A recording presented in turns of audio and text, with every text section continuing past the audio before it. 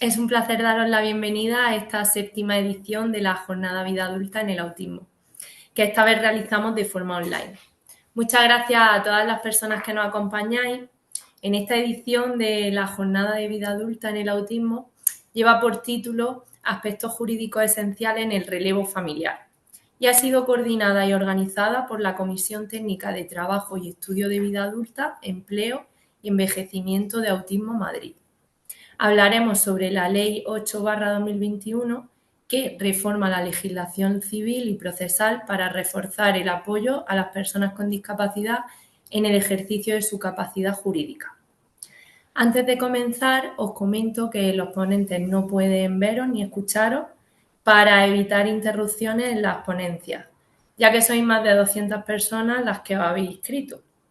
El chat está habilitado y si da tiempo iremos trasladando las preguntas a los ponentes. Si no da tiempo, las anotaremos para daros respuesta en otro momento sin problema. En vuestra pantalla, como podréis ver en la barra inferior, podéis activar también la opción subtitulado automático si preferís leer lo que van diciendo las personas participantes. Y bueno, sin más demora, damos paso a la inauguración oficial de la jornada, que tiene el turno de palabra José Antonio Maleno Abad, presidente de Federación Autismo Madrid. Adelante, José Antonio. Bueno, buenos días a todos y a todas. Y bueno, muchas gracias por acompañarnos en esta sexta jornada de vida adulta en el autismo organizada por la Federación Autismo Madrid. Este año nos reunimos, aunque sea de forma online, pues para reflexionar sobre un tema fundamental para muchas familias, los aspectos jurídicos que influyen en el relevo familiar y en la vida adulta de las personas con autismo, especialmente de quienes tienen grandes necesidades de apoyo. Sabemos que son cuestiones que generan preocupación, preguntas y a menudo pues incertidumbre. Por eso hoy contamos con profesionales del ámbito jurídico y social que nos van a ayudar a comprender mejor la aplicación de la Ley 8/2021 y otras medidas esenciales para garantizar la capacidad jurídica, la protección patrimonial y, en definitiva, pues el bienestar y el futuro de nuestros familiares con autismo. Desde la Federación trabajamos cada día para defender los derechos y la calidad de vida de las personas con autismo en la Comunidad de Madrid. Y la vida adulta es uno de los ámbitos donde más dudas se presentan, aparte de ser una de las etapas más largas en el ciclo vital de nuestro colectivo, ya que, bueno, le damos importancia a la etapa infantil, a la etapa educativa, pero la etapa adulta es la que mayor recorrido tiene, con lo cual, pues evidentemente es quizá la que más preocupa a las familias. Por eso consideramos esencial abrir espacios como este que nos permitan planificar con tranquilidad y seguridad el futuro. Bueno, antes de terminar, quiero agradecer de manera especial a todas las personas que intervienen hoy por sacar un rato de su tiempo, por su voluntad de compartir conocimientos y por su compromiso con las familias y con las personas con autismo. Vuestra participación hace posible que esta jornada sea realmente valiosa. Y bueno, también agradecer al equipo técnico de la Federación, que gracias a ellos, pues bueno, esta jornada se ha diseñado y ha llegado a ser lo que es, pues un presente en el día de hoy, ¿no? Será una mañana para aprender y también para escuchar experiencias reales.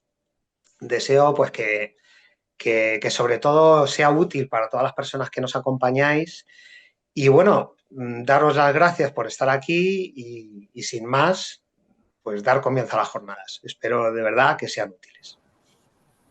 Muchísimas gracias, José Antonio, por tus palabras. Y bueno, nos adentramos ahora en el tema central y comenzaremos con una mesa de experiencias de familiares en la que también va a participar José Antonio. Se van a incorporar a la conversación dos personas más, Ángeles Gálvez y Paloma García. Buenos días, es un honor estar aquí con vosotras en este espacio tan importante para hablar sobre los retos, avances, necesidades y todo lo que necesitéis, ¿vale? Entonces, bueno, quiero recordaros a cada familia que podréis responder solo si os sentís cómodos, que la idea al final es tener una conversación abierta, fluida, respetuosa, así que, bueno, lo importante es compartir lo que estáis viviendo, lo que os preocupa y lo que necesitáis en vuestro día a día para mejorar la calidad de vida de vuestro hijo. Así que bueno, vamos a comenzar con una breve presentación de cada una de las familias para conoceros un poquito y si nos podéis contar brevemente en qué etapa de la vida adulta está vuestro hijo o hija, qué os ha motivado participar en esta jornada y bueno, sobre todo cuál es el mayor reto que estáis viviendo actualmente, qué dificultades anticipáis, qué desafíos. Si puedes empezar, Ángeles, te doy el turno de palabra. Muy bien, pues nada, yo soy Ángeles, como veis, y mi hija se llama Sara, tiene 26 años y desde que nació yo siempre noté que tenía algo extraño y hasta los 14 meses que ya dimos con el centro de Santa Cristina nos detectaron todo el tema del autismo. Sara actualmente está en la Fundación Aucavi, entró con 10 años después de 8, este es el octavo colegio y está aquí en el centro de día, encantada de la vida y donde por fin ella descansa, es feliz y nosotros estamos muy tranquilos, porque es el lugar donde estamos muy a gusto, muy felices y muy bien. Ha sido un recorrido duro. Sara ha tenido muchos cambios porque además es epiléptica y ha tenido momentos muy difíciles y en la fundación nos han ayudado muchísimo. Entonces, Sara iba muy bien, luego tuvo un retroceso muy importante hasta el punto de tenerla que volver a enseñar casi a hablar y a andar. Así que imaginaros el proceso que llevamos. Aquí estamos muy bien porque es que la suerte de estar en la Fundación Aucavi es que adaptan mucho lo que cada uno necesita, o sea, lo que más les gusta, sus prioridades. Entonces, a Sara le encantan los animales, pues va muchísimo al tema de animales. El tema de las películas, en fin, pues ella encantada con todo eso. Eh, eh, entonces, bueno, a mí me ha animado a venir a esta jornada porque yo creo que somos un poco el altavoz, el que todas las familias tenemos estas preocupaciones más o menos del futuro y como decía Pepe anteriormente, en la vida adulta nos surgen un montón de problemas y parece que todo ha terminado cuando ya llegan a los 18 años y resulta que el problema es aún mayor porque ellos tienen unas necesidades que no son cubiertas. O sea, a mí me parece que el tema de ocio es fundamental. Empezaré diciendo como familia que nosotros somos tres, mi marido, ella y yo, y solo somos tres. Sara no tiene más en la familia, no tiene primos, no tiene nadie más, con lo cual creo que es un tema bastante duro para llevarla adelante, porque incluso ella, ahora con 26 años, donde más le gusta estar es aquí, con sus amigos, con sus monitores, con estas personas que la comprenden y la atienden y se encuentra a gusto, porque con nosotros se aburre, o sea, es tremendo, pero con nosotros no quiere hacer nada, solo quiere estar con ellos. Entonces, ¿cuál es el reto que más nos planteamos nosotros? Pues esta vida futura, ¿no? Que Sara no tiene a nadie. Después de nosotros, yo ya tengo una edad, ya soy muy mayor. Los amigos que pueden y la gente que nos rodea, pues somos más o menos de la misma edad y no tiene a nadie más, no tiene a nadie más que se ocupe y que se preocupe. O sea, podéis imaginar la angustia que podemos estar viviendo ya. Mi reto a futuro es que es presente ya. Yo con la edad que tengo ya solo tengo presente porque me gustaría que se quedara en Aucavi porque es a las personas que conoce y a las personas que fundaron esta fundación tienen una forma de ver la vida tan maravillosa, de continuar con nuestros hijos, que lo lógico sería que continuar aquí. Porque estos chicos que tienen autismo son muy complicados para que pudieran ir a otros lugares que no conocen a nadie, que estén con otros tipos de discapacidades. Es comprender cómo es el autismo. Mi hija tiene un autismo severo, grado 3, un 89% de discapacidad. el tema este de la ley, pues casi un poco decimos, bueno, es igual, siempre va a necesitar una protección. Ahora nos tiene a nosotros. Y después quién va a mirar por ella? ¿Quién va a ver todo lo que necesita? Nosotros hemos recorrido, que supongo que luego lo hablaremos, el tema de las fundaciones tutelares, porque estuvimos hablando con María José Ruano y nos recomendó y fuimos a recorrerlas todas en el año 2019, porque es lo único que tenemos.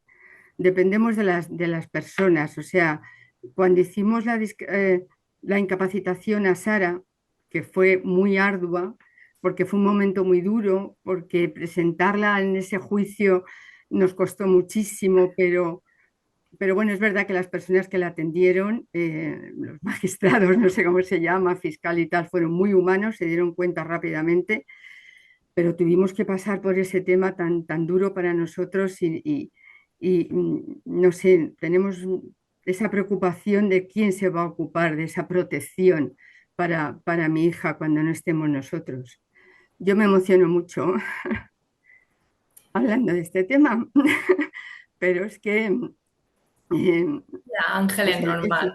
el futuro de ella es el que más nos preocupa y por eso queremos que existan las residencias específicas de autismo que nos ayuden, que ayuden a las fundaciones y una reivindicación tremenda. Las mejores personas que he conocido yo en mi vida son los monitores que se ocupan de ella, pues que le suban el sueldo, porque es que ganan poquísimo para todo lo que se merecen con este cuidado, que al fin y al cabo son nuestra siguiente mano, ¿no? Y entonces, pues es lo que quería comentaros, que nuestro reto está ya en que quisiéramos que Sara estuviera en su hogar para que yo pueda seguir viviendo en paz.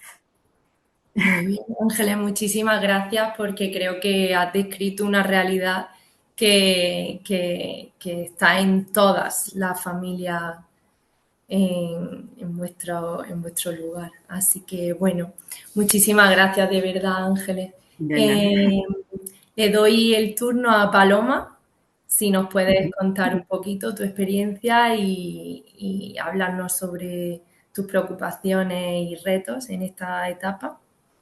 Bueno, yo soy Paloma García. Mi hija autista con 23 años también se llama Paloma. Como mi apellido García no iba a pasar, digo, bueno, pues por lo menos le dejo mi nombre. Y bueno, somos 5 de familia, bueno, 5 humanos y un perro, un labrador, que también forma parte de la familia. Un padre, madre, un hijo mayor, Paloma es la del medio, el sándwich, protegida por su hermano mayor también y su hermano pequeño. Su hermano pequeño también estuvo diagnosticado de TEL, gracias a Dios y gracias a terapias y gracias a todo el trabajo que se puso en marcha, logopedia, tal, y todos los frentes, que pues actualmente es un chaval autónomo con vida independiente, o sea, con ciertas... pero bueno, súper orgullosos porque es un... Como digo yo, la inteligencia a veces que valoramos, no valoramos que mi hijo, por ejemplo, es un superdotado inteligente emocional, que eso no se valora muchas veces. Ya me empiezo a emocionar, ¿eh? Bueno, Paloma tiene 23 años, es un autismo de Kanner. Fue diagnosticada con apenas 2 años, eso que vimos las diferencias con su hermano, que mayor, de 18 meses, no teníamos ni idea de lo que era el autismo, solo por películas de Rayman y rollos de estos. Solo sabemos que algo no iba bien, lo que pasa es que perdimos mucho tiempo.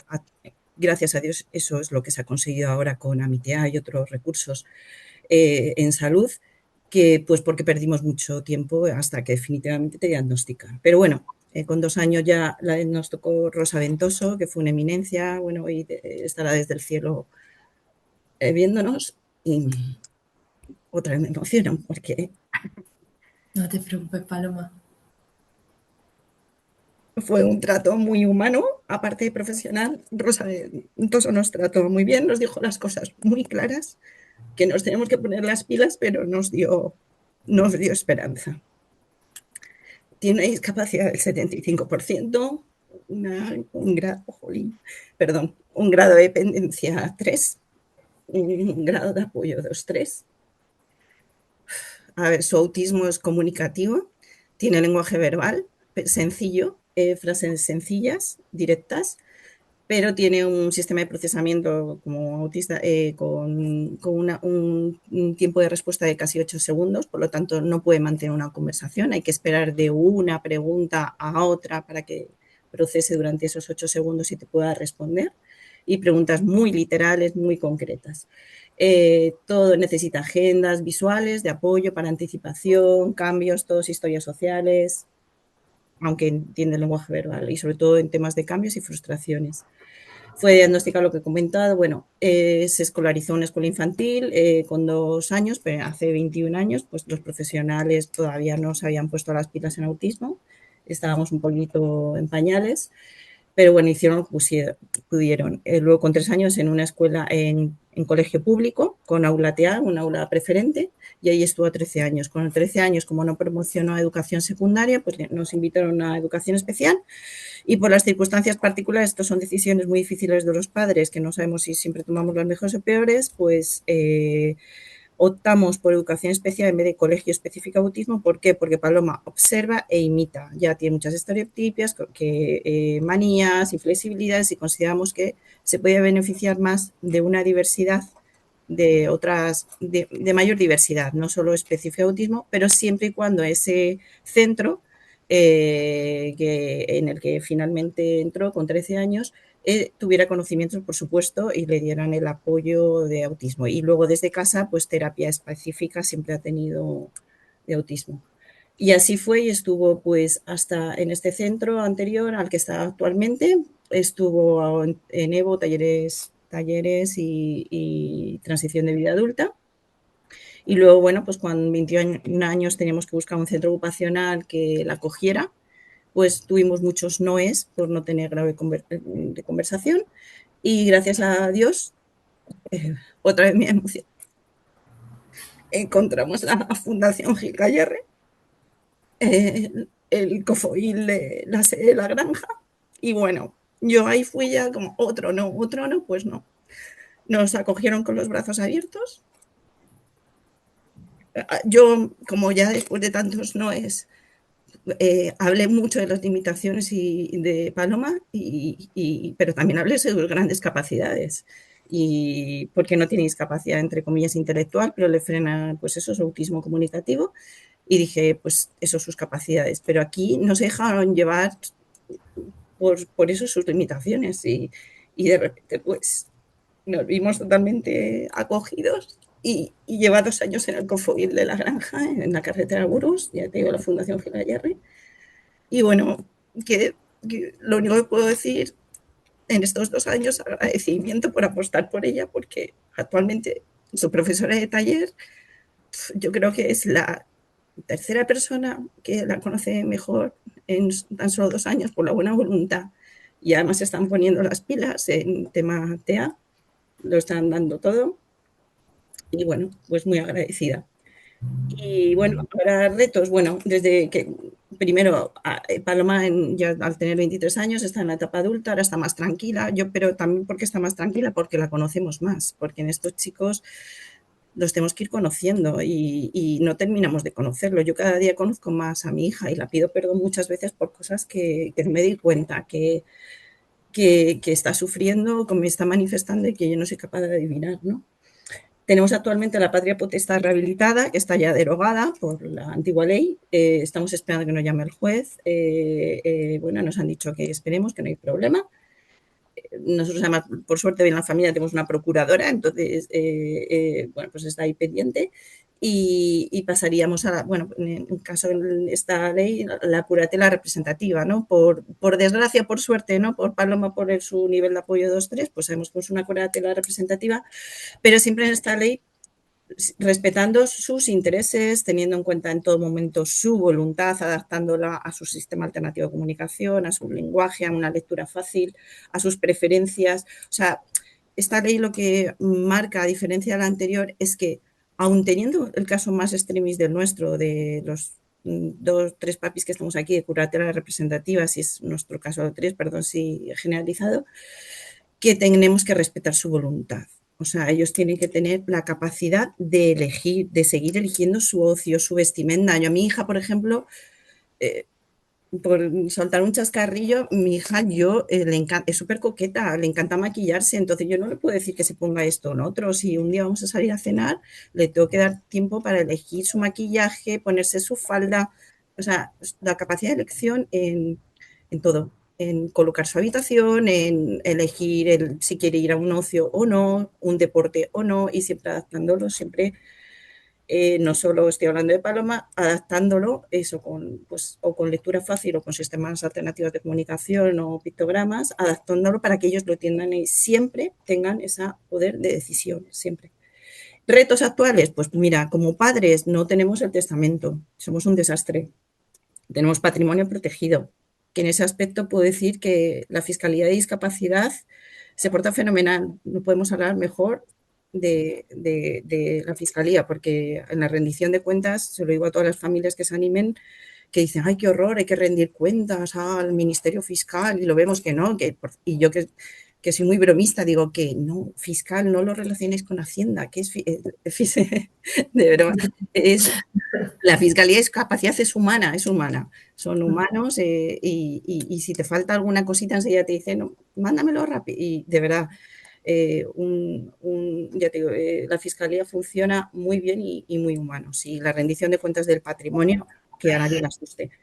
Y por otra parte, pues eso que tenemos pendiente como reto de padres, el testamento, porque el gran reto nuestro también con 23 años es lo de siempre, ¿no? Lo que ha comentado un poco también Ángeles, Pepe, dónde va a vivir nuestro hijo cuando nosotros no estemos. Nosotros tenemos 2 hijos, uno mayor y uno más pequeño, pero tampoco queremos, si son curadores, pero tampoco les queremos poner una carga adicional, que sigan queriendo a su hermana, pero sin una carga. Entonces ellos tienen derecho también a su vida, seguir queriendo a su hermana, pero no a tener esa carga añadida.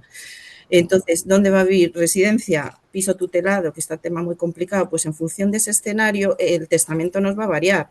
Y también al tener 2 hermanos el testamento nos va a variar. Como ha comentado Ángeles, bueno, pues nos tendremos que poner en manos en esta, igual que en el patrimonio protegido, que también hemos tenido mucha suerte, un notario que también bueno, pues está sensibilizado con la discapacidad, pues nos tenemos que poner en manos para ver esos escenarios. Ese reto no lo hemos conseguido.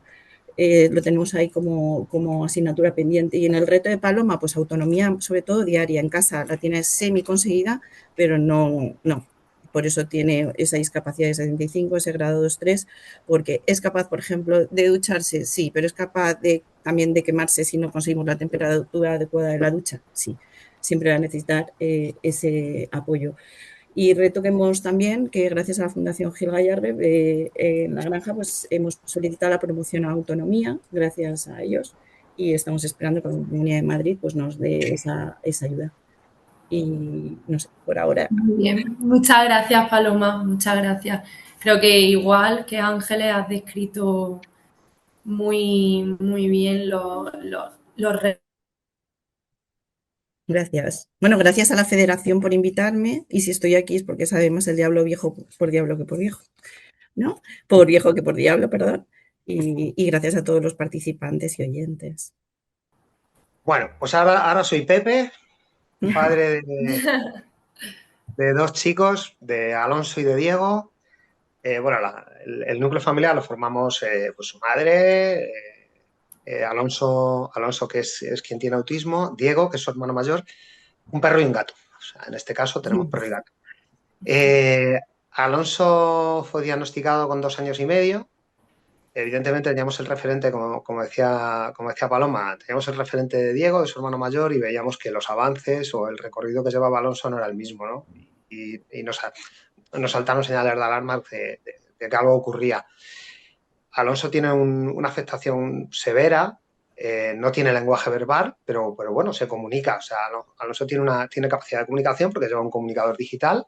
Él construye sus frases con pictos y las reproduce dándole al play, con lo cual él tiene una independencia a nivel de comunicación, pues gracias a elementos modernos que se han ido incorporando, ¿no? En la vida del día a día de estos chicos, ¿no? Alonso actualmente tiene 19 años, está en tránsito a vida adulta en Fundación Aucavi y bueno, pues lo principal es que él ahora es feliz. O sea, Alonso ha pasado en su etapa educativa por por educación preferente con apoyos TEA en aula TEA, en un colo ordinario, y no pasó a la etapa primaria y directamente pues, nos dieron un dictamen de educación especial. Fue uno de las etapas chungas, ¿no? Porque la educación especial está denostada, ¿no? Es una gran desconocida en nuestro sistema educativo. Y yo quiero aquí sacar una lanza, ¿no? En su favor, porque, bueno, si la educación es vocacional, si no la conocéis, la educación especial es ultra vocacional. O sea, Alonso ha pasado por un colegio generalista de educación especial, encantadores, o sea, bueno, consiguió más avances en un trimestre o un año que en 3 de educación infantil. O sea, ¿por qué? Pues porque básicamente se dedicaron a potenciar y fomentar las carencias que Alonso tenía. Pues tenía trastornos alimentarios, pues eso, conductas disruptivas, problemas de comunicación, y pusieron foco pues en estas áreas. Y bueno, el avance fue brutal. O sea, nuestro cambio sobre la educación especial pues fue radical. O sea, fue radical. De hecho, yo ahora, cada vez que veo una familia con un cambio de dictamen educativo y evidentemente viene acongojada porque, bueno, pues es un paso grande, ¿no? Pues lo que siempre les digo es, esperad un trimestre. O sea, darles un trimestre. Si empieza en octubre, espérate a diciembre y luego me comentas. Y normalmente todas las comunicaciones son positivas. O sea, y luego otra cosa importante es que, al igual que visitamos jornadas de puertas abiertas en los coles ordinarios, joder, pues tenemos que ir a las aulas de puertas abiertas en los colegios de educación especial y ver qué trabajo hacen antes de sacar pues eso, un juicio que normalmente va a ser equivocado. Vale. Bueno, dicho este impasse, ¿qué me ha traído a participar aquí? Bueno, pues aparte que me han obligado las chicas del equipo técnico, pues no, hombre, pues porque estaría encantado de compartir mis experiencias, porque siempre lo que más enriquece a veces es escuchar experiencias ajenas para aprender de ellas, ¿no? Esto a veces nos evita pues malos tragos. Yo lo he vivido en etapas anteriores de la vida de Alonso y imagino pues que en la etapa de vida adulta pues pasará lo mismo, ¿no? Entonces, pues el compartir mis experiencias y que enriquezca y les sea útil a otras personas, pues joder, sería para mí pues, genial, un orgullo, ¿no? ¿En qué reto, en qué situación estamos actualmente? Bueno, pues Alonso acaba de cumplir, pues ha cumplido 18 años, como le decía, va hacia los 19 y estamos pues en el inicio de la solitud de curatela. Bueno, yo afortunadamente, desgraciadamente, ese proceso yo lo he pasado no con uno de mis hijos, sino con mi padre.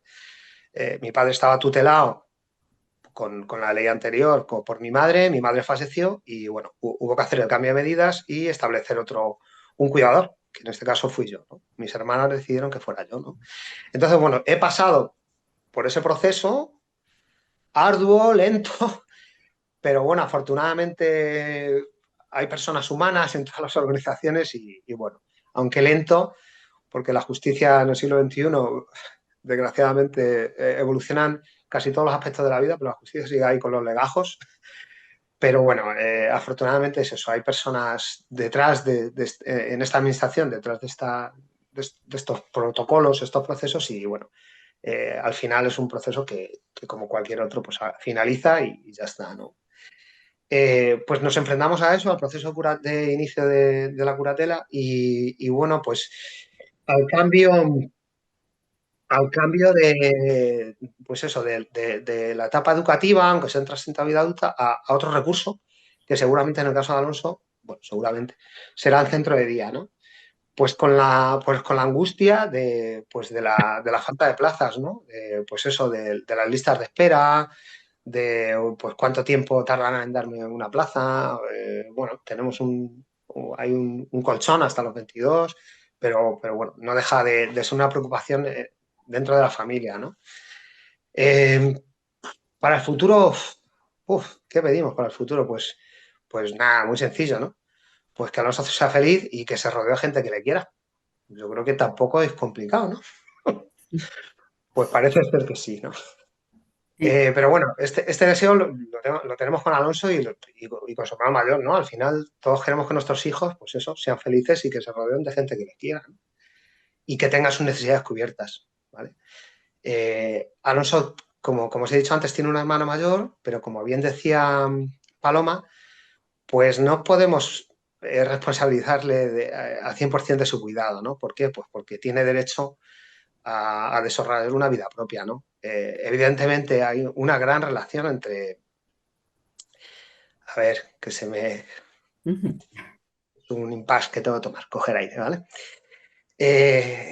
Su hermano mayor le quiere mucho, ¿no?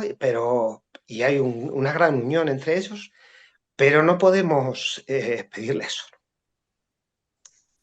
Voy a beber agua, ¿vale? Tranquilo.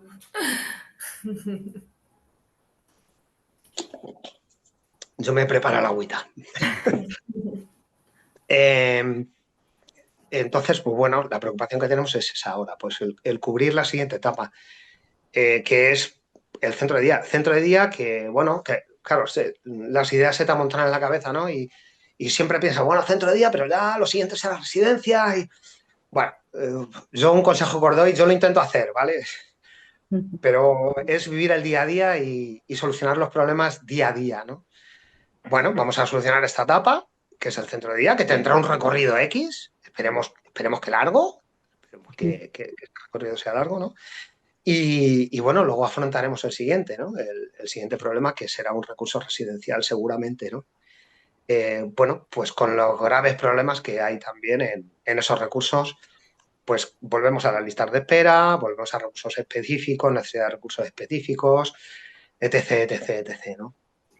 Que en esta etapa nueva que estamos esperando, pues bueno, pues hemos notado que Alonso, pues como decía Paloma y Ángeles, ¿no? Pues reivindica su yo, pues él quiere, pues eso, ponerse su ropa, él quiere hacer sus actividades de ocio, las que él quiere, no se adapta, pues hemos pasado de un chaval que se adaptaba, que prácticamente a todo decía que sí, le llevabas donde tú querías, pues hemos pasado a un chaval que no, que el no le tiene por respuesta.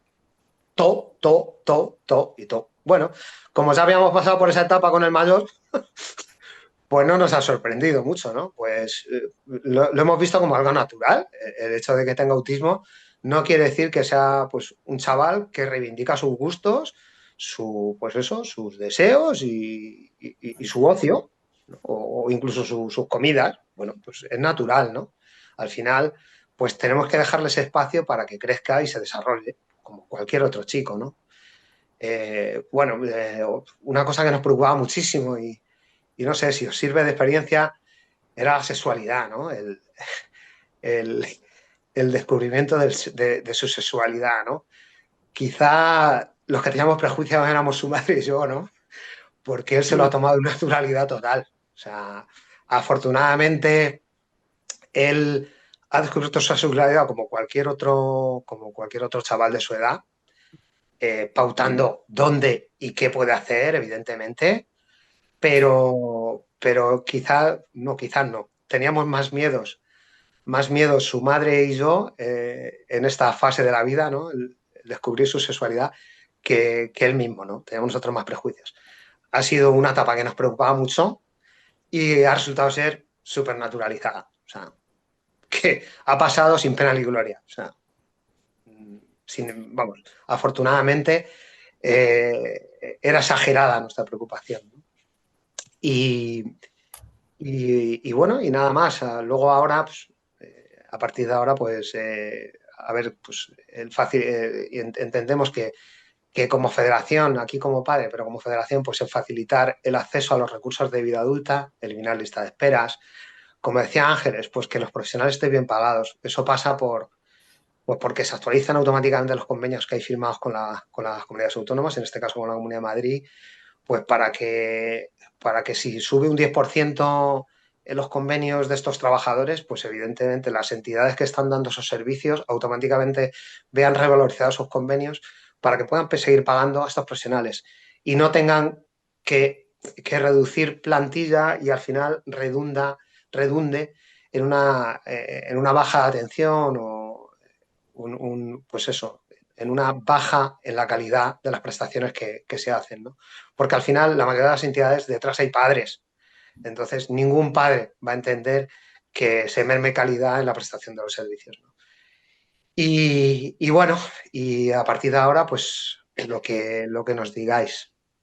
Pues muchísimas gracias, Pepe, por tus palabras. Creo que las tres familias habéis aportado y resumido todos los temas muchísimo. Creo que hemos reflexionado un montón sobre centros de día, fundaciones tutelares, que Ángeles comentaba su preocupación de residencia específica en autismo. Hemos abarcado la ley 8/2021. Sí me gustaría que para terminar, porque ya vamos justos de tiempo y para que también les dé tiempo a los ponentes que nos van a explicar y resolver todas estas dudas que habéis expuesto, me gustaría que eso, para finalizar vuestra intervención, si tenéis un breve mensaje que os gustaría compartir con familias que os estén viendo ahora mismo o con cualquier profesional o participante que esté aquí presente. Así que le doy el turno a Ángeles, por favor, que seamos muy breves ya para terminar, ¿vale? Puede empezar, Ángeles. Pues nada, yo lo que les diría es que, o lo que yo estoy haciendo, vivo el ahora, el momento, y entonces lo que sí estoy haciendo y hago y cada vez más es aprender mucho de mi hija. En todas las cosas que le ocurren, tanto para cuando porque es muy disfrutona, cuando disfruta como cuando se enfada, que a veces es tremendo y tal, pero aprendo mucho de ello y observo mucho porque tengo yo una frase que es, en la observación está el aprendizaje. Entonces, hay que darse cuenta por qué reaccionan de una manera y de otra, qué les está ocurriendo que no nos pueden explicar. Yo sé que somos adivinos también, o sea, tenemos todos los papeles, pero, pero aprender mucho de ellos, o sea, y tener una paciencia infinita. A lo mejor la edad es que me está dando ya yo era mi mayor defecto y he aprendido a tener paciencia, pero es verdad que sí, que ir conociéndolos poco a poco, cada día, de verdad es que yo aprendo cada día. Y otra cosa que también hago es consultar mucho con cada profesional, no sé, psicólogo, monitores de la fundación. O sea, yo necesito hablar con esas personas que saben cuál es la problemática real de mi hija, porque ni los amigos ni nadie de la familia comprende exactamente por todo lo que pasamos cada día. Y entonces aprendo mucho de ellos, de los profesionales. A mí me han ayudado muchísimo y a Sara también. O sea, que nada más que puedo decir que tenemos que todo esto lo hacemos por amor, por ese amor tan grande que tenemos a estos hijos. No me quiero emocionar más.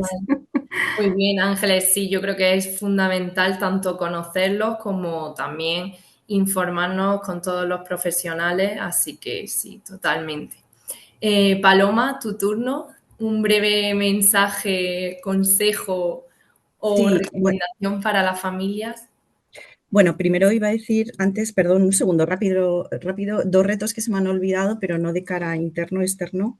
Es el reto laboral para que apuesten para las empresas y el tejido empresarial y las administraciones por proyectos laborales para chicos autistas como nuestros perfiles con escaso lenguaje, pero que tienen sus alternativos de comunicación y que apuesten por sus capacidades. Además, siempre desde que están arropados desde una fundación donde va a respaldar pues la adaptación al puesto de trabajo y tal, y que también se apueste y se dé a conocer el importantísimo trabajo que están haciendo desde los COFOIL, desde los propios talleres donde están actualmente, donde hacen material específico, por ejemplo, en COFOIL de La Granja de Pozuelo, de Gil Gallarre, hacen cosas maravillosas. Entonces, que por favor todo el tejido empresarial de empresas le llamen para que apuesten a encargar material material específico porque hacen maravillas, ¿no? Y que entonces se da a conocer. Otro gran reto, perdón, y ya doy el mensaje final, es la adaptación de la sociedad. Después de 21 años, que por favor la sociedad se sensibilice, que por fin sea la sociedad la que se adapte, no ellos, que no juzguen sus estereotipias, sus ecolalias, que no hacen daño a nadie. O sea, que la sociedad sepa distinguir entre una rabieta de un niño neurotípico, de un meltdown, que es, bueno, un meltdown, una crisis de un chico autista, que no los juzgue y que esas estereotipias, eso, no hacen daño a nadie, que se vea ya algún día con naturalidad y que, por favor, que esas miradas dañinas que nos siguen doliendo a los padres, a los familiares, cada vez que salimos de casa, que ojalá no existan. Y bueno, y el mensaje para las familias, pues bueno, pues basta ya de camuflar la condición autista. No gastemos ni tiempo ni dinero en camuflarles. Nos tenemos que sentir orgullosos de ellos. Y que cada lucha, hay que luchar por eso, para que el mundo y la sociedad sea adaptable. Igual que ponen una rampa, pues que la sociedad se adapte, que esa adaptación cognitiva sea realidad, pero no pictografiar. No es pictografiar, es sensibilizar desde el interior de cada contexto a los profesionales responsables y a los usuarios con una serie de medidas, no solo poner pictogramas, sino sensibilización.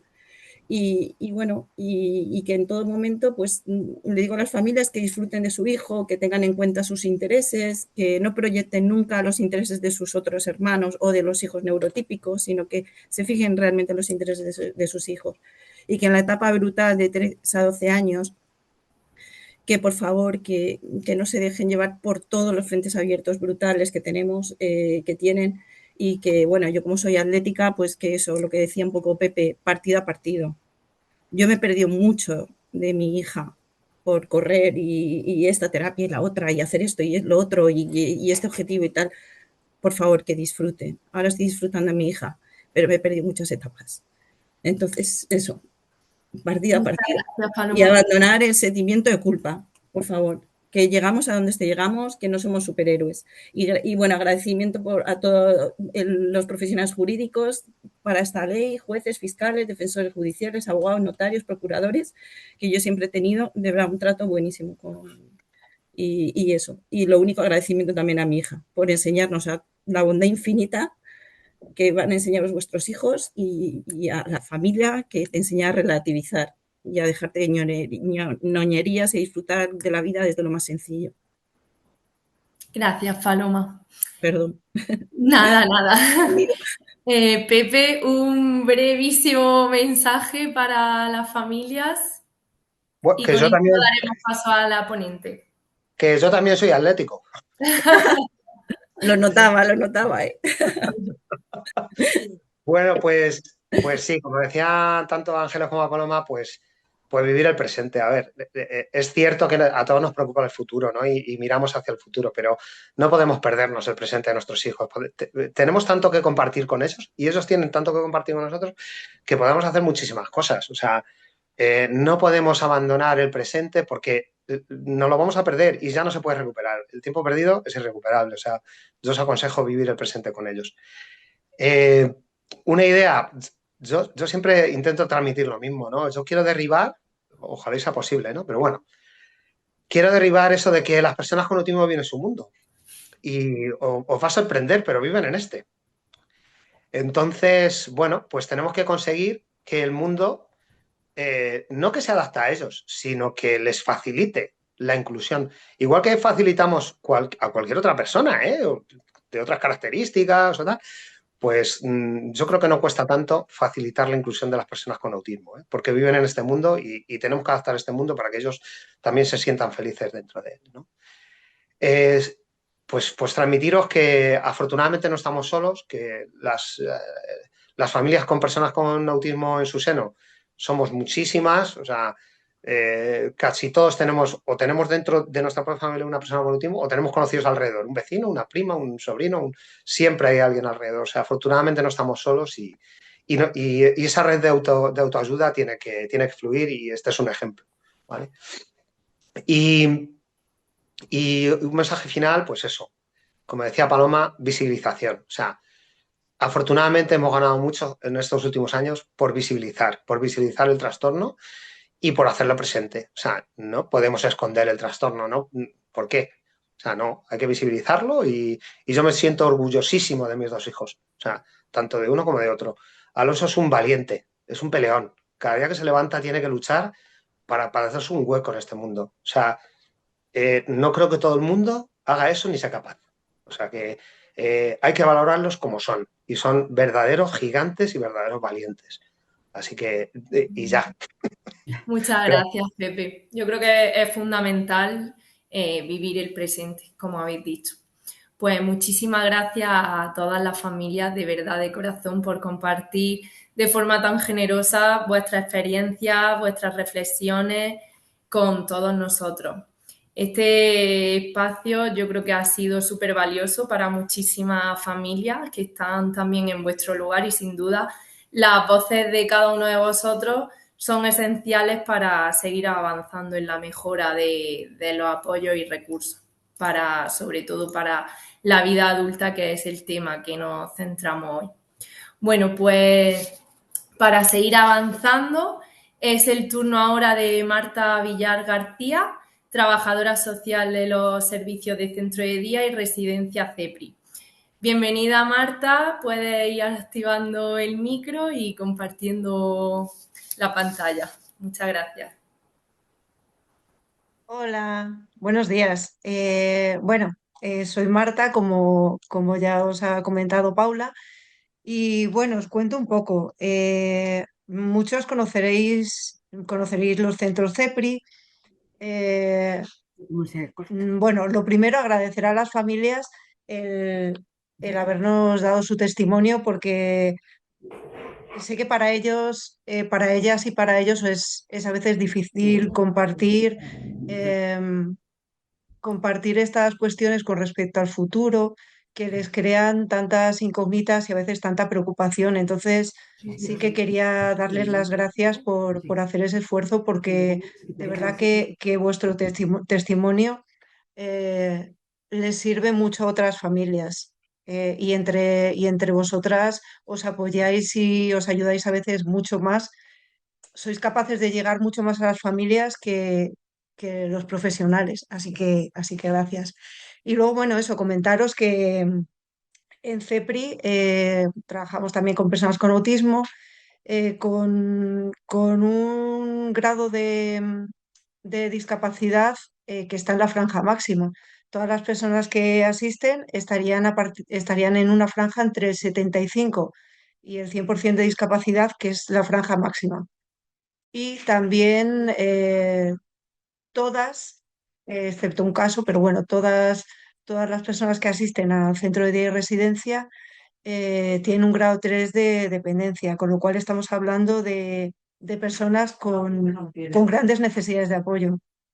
Eh, Tenemos un centro educativo, un cole en Majadahonda, y luego aquí en San Blas tenemos el centro de día y la residencia. Así que eh, hemos podido acompañar a muchas familias desde que sus hijos y personas desde que son muy pequeñitos hasta la etapa adulta. El más mayor, la persona más mayor que asiste tiene, eh, quiero recordar que 63 años, bueno, por ahí. Entonces sí que hemos podido ver mm, y acompañar a las familias desde las etapas más tempranas hasta la vida adulta. Eh, bueno, dicho esto, para que entendáis que yo voy a hablar desde mi experiencia, es verdad que voy a intentar abrir un poco la ponencia a una variedad de situaciones y de personas, que sabemos que hay muchas diferencias entre unas y otras, pero es inevitable que yo hable desde la experiencia que tengo en mi trabajo y en mi día a día. Bueno, ahora ya sí, voy a compartir pantalla. A ver si soy capaz. Aquí está.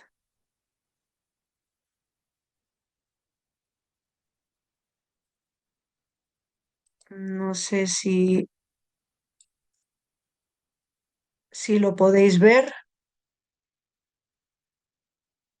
No, no se ve, Marta. Vale, pues un Ya segundín. le tienes que dar a compartir ahora. Sí, A ver. ahora. Ah, no, no, no, no. No, perdona, no. Mm, Voy. Vale, es aquí y aquí. Ahora sí, ¿verdad? Ahora, ahora sí. Ahora sí. Vale, pues ahora Ahora voy sí. a... Sí. Vale. Bien, pues como sé que después de mí va a hablar gente muy experta en el tema de la normativa, yo voy a hacer una exposición inicial, pero tampoco me voy a detener tanto en el tema de norma como en el rol profesional y de las entidades. Pero sí que tengo que hacer, sí que tengo que hablar brevemente de la ley porque también eh, es nuestra obligación, es nuestra responsabilidad el conocer para informar. Entonces creo que también es importante pues, hacer una breve exposición. Eh, esta ley cambia un concepto fundamental para las personas. Hasta ahora muchas personas con discapacidad se tomaban muchas decisiones sin tenerles en cuenta, siempre desde la buena intención de nosotros sabemos lo que le conviene, bueno, eh, y un poco desde el paternalismo que viene, o sea, que había en años anteriores.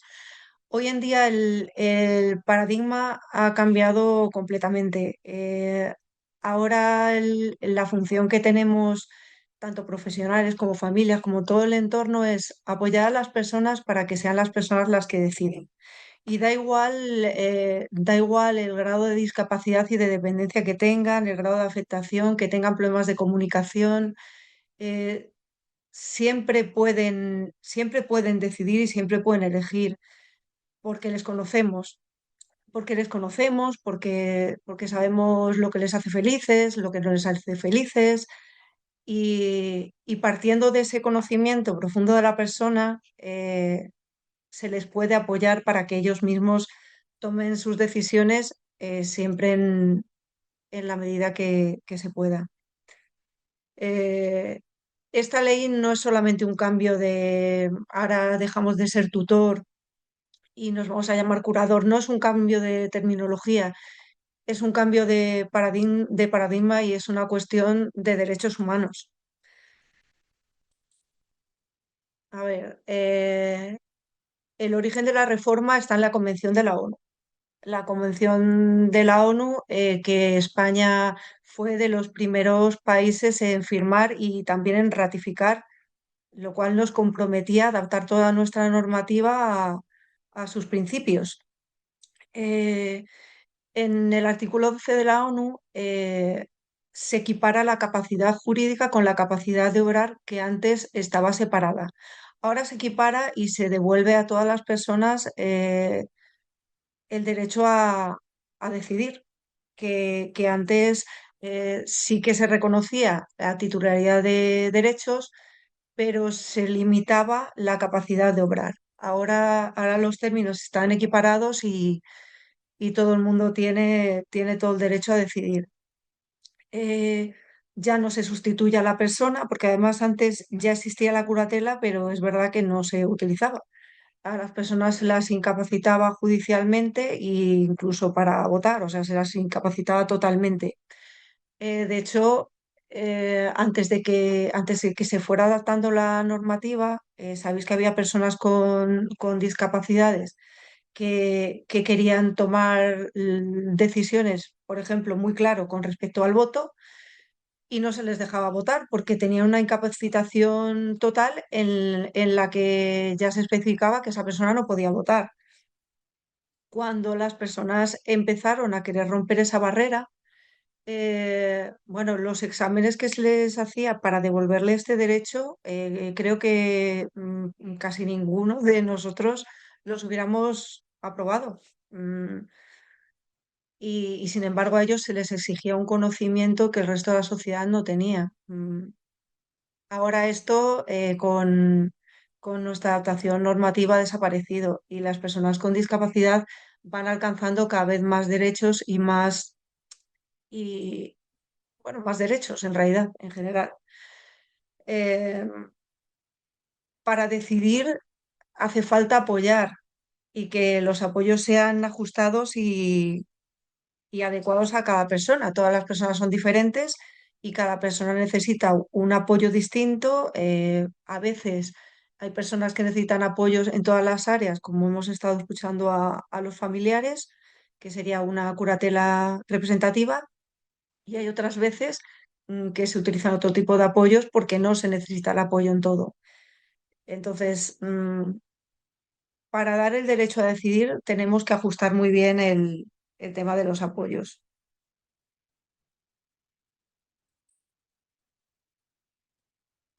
Los principios esenciales de la ley, pues lo que hablábamos. La capacidad jurídica plena para todas las personas.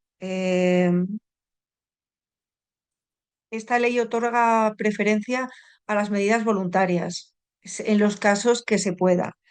Las medidas voluntarias son las medidas que elige la propia persona para sí misma. Siempre que esto sea posible, la ley va a priorizar la voluntad y los deseos y preferencias de las personas y va a priorizar con estas medidas voluntarias. Em, si no fuera posible, se establecería otro tipo de apoyo y siempre se va a proporcionar unas salvaguardias y una supervisión, unas salvaguardas para que se cumpla el sistema de apoyos, para que se dé el apoyo cuando hay que darlo, pero también para que se deje decidir a la persona cuando la persona tiene la capacidad plena de decidir y evitar los abusos. Y también se va a ir supervisando porque las personas a lo largo de la vida vamos evolucionando, tanto porque podemos adquirir un mayor nivel de autonomía y necesitar menos apoyos, como en el caso de personas que con la edad van necesitando un apoyo mayor. A ver, seguimos. ¿Qué cambia respecto al sistema anterior? Pues como sabéis, acaban las incapacitaciones judiciales y las modificaciones de la capacidad de obrar. Eso desaparecería. Em, una cosa sí que tengo que puntualizar, que he oído a Paloma decir que ellos tienen la rehabilitación de patria potestad, pero que esto ya está derogado. No es exactamente así. Hasta que no se revisa el sistema de apoyos, el apoyo que tiene en la actualidad sigue estando vigente. O sea, eso lo dice la propia ley, creo que es la disposición adicional quinta, no sé, creo que es esa. Pero todas las familias que a día de hoy tengáis la patria potestad rehabilitada y estéis por el sistema anterior, hasta que vosotros mismos no pidáis la revisión de esa medida o la autoridad competente de oficio inicie esa revisión, eh, seguís teniendo la patria potestad rehabilitada. Eso no está derogado. Eso se derogará en el momento que cambies al sistema. Desaparece la tutela y la patria potestad prorrogada, que quedan relegadas a las a la minoría de edad, a las personas menores de edad. Los menores de edad sí que pueden tener tutores en el caso de que no haya progenitores y bueno, los progenitores tienen la patria potestad de los hijos menores. O sea que esto solamente quedaría para personas menores de edad, pero no para mayores de edad. Y bueno, la revisión de medidas previas para adaptarlas al nuevo modelo en el caso de las personas que ya tenían una tutela o una patria potestad rehabilitada. Eso ahora se va a revisar. Las principales figuras de apoyo que quedarían con el nuevo sistema serían la guarda de hecho. La guarda de hecho es un apoyo informal. Es un apoyo informal para actos de la vida ordinaria que no revistan demasiada importancia. En el caso de actos que sean relevantes para la vida de la persona, habría que pedir autorización judicial. El guardador, de hecho, no puede representar a la persona, no puede decidir en lugar de. Si esto fuera necesario porque la persona necesitara un apoyo grande, tendría que pedirse autorización judicial, que con una autorización judicial se pueden autorizar varios actos, pero habría que pedir esa autorización judicial.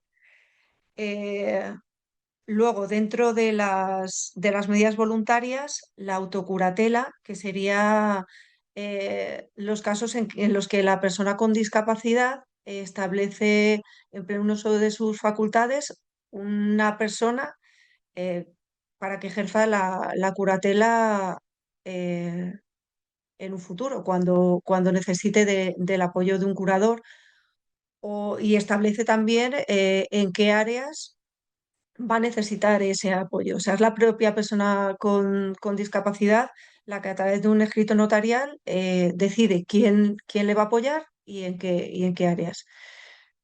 Y luego también está el poder preventivo o mandato anticipado, que esto se diferencia de la curatela en que la persona con discapacidad aquí otorga un poder que puede entrar en vigencia en el momento que lo otorga o establecer que entre en vigencia en un futuro. Pero esto sería como un poder judicial como el que podemos hacer, como el que podemos otorgar cualquiera de nosotros a otra persona para determinados actos. Eh, Otra figura sería la curatela, que puede ser una curatela asistencial solamente para aquellas áreas de la vida en las que la persona necesita un apoyo. Por ejemplo, hay personas que pueden tomar decisiones en su vida ordinaria, van a hacer la compra, mm, deciden qué ropa se ponen, deciden dónde se van de vacaciones, pero hay determinados actos que por su complejidad, pues comprar una vivienda, ahí sí que necesitarían el apoyo de una persona para poder, para que se le informe de forma adecuada y para que le pueda ayudar y apoyar en un acto más complicado. Y luego está la curatela general, la representativa, que es donde la persona necesita apoyo en todas las áreas de su vida. Que sea una curatela representativa no significa que se sustituya a la persona. La ley sigue velando porque la persona que ejerza la curatela siempre y en todo momento tenga en cuenta la voluntad y las preferencias de la persona. Y luego estaría el defensor judicial, que es una figura bastante importante y que puede evitar bastantes quebraderos de cabeza a las familias.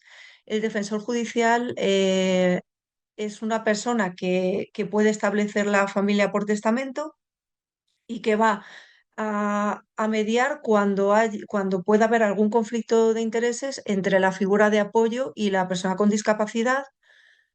Por ejemplo, una herencia, que la persona con discapacidad y su curador sea su hermano y hereden de los padres, pues ahí actuaría el defensor judicial en defensa de que el reparto de la herencia sea lo más justo y defender, salvaguardar que no se vulneren los derechos de la persona con discapacidad. Y aparte, esto también en casos de herencia precisamente evitan que el proceso se alargue mucho más. Pero aquí tampoco me voy a meter porque después sé que hay personas que saben mucho más que yo de esto, va a estar María José Ruano también, que esto os lo va a explicar muchísimo mejor que yo. Entonces yo ya me voy al siguiente bloque que para mí, o sea, que en este caso sería el más relevante en el caso de las entidades y los equipos profesionales. ¿Cuál es nuestro papel en este momento? Mm, Escuchando a las familias, pues vemos, o sea, lo que decía Ángeles sobre el miedo al futuro, de qué va a pasar cuando yo no esté, qué va a ser de mi hija cuando yo no esté.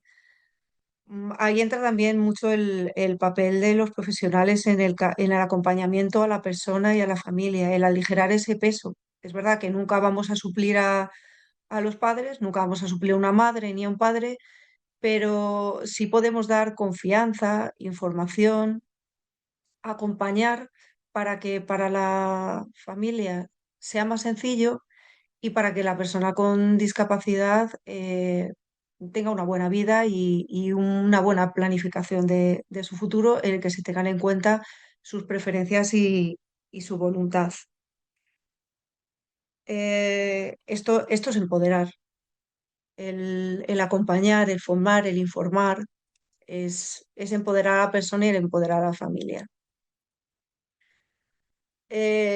Cuando se inicia el procedimiento, tanto cuando la familia lo inicia porque la persona llega a la mayoría de edad o cuando es una revisión del sistema anterior, ahí es importante que las familias contéis con las entidades y con los equipos profesionales que están con vuestros hijos. Yo a las familias en CEPRI, a las familias que están en ese proceso de revisión del sistema anterior, que tiene rehabilitadas las patrias potestades, eh, lo primero, bueno, aparte de dar formación y informar constantemente sobre el procedimiento, que en realidad es bastante sencillo en el caso de una revisión, lo primero que les digo es, en cuanto os llegue comunicación de fiscalía y se inicie la revisión, poneros en contacto con nosotros y informarnos, porque a partir de ahí nosotros nos ponemos a trabajar. Y lo primero que hacemos es un informe psicosocial de apoyos. El informe psicosocial de apoyos es una herramienta clave en este procedimiento. Es una herramienta clave eh, porque es una información que el juzgado va a tener muy en cuenta a la hora de acordar este sistema de apoyos. O sea, que va a ser muy tenido en cuenta por el juzgado.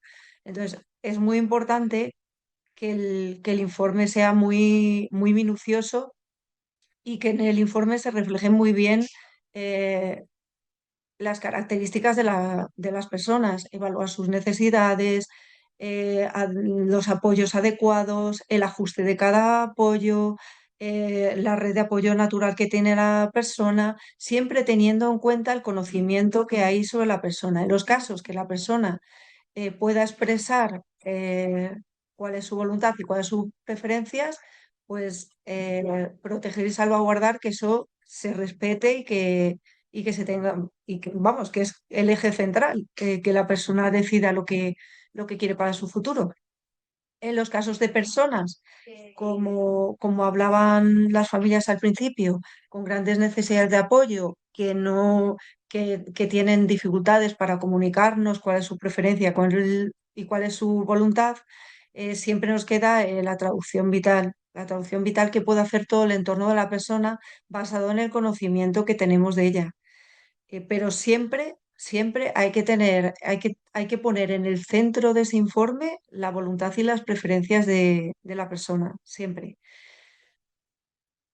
El informe eh, lo tiene que hacer siempre el equipo profesional, tiene que ser un informe hecho por un profesional y siempre tiene que promover la autonomía de la persona en la medida que se pueda. Eh, En este sentido, es importante hablar de los enfoques centrados en la persona y en la familia. Es muy importante el individualizar muchísimo y el conocer muy bien a las personas para que el informe sea un reflejo de lo que son y para que en un futuro tanto el juez como las personas del entorno sepan cómo esa persona quiere vivir su vida.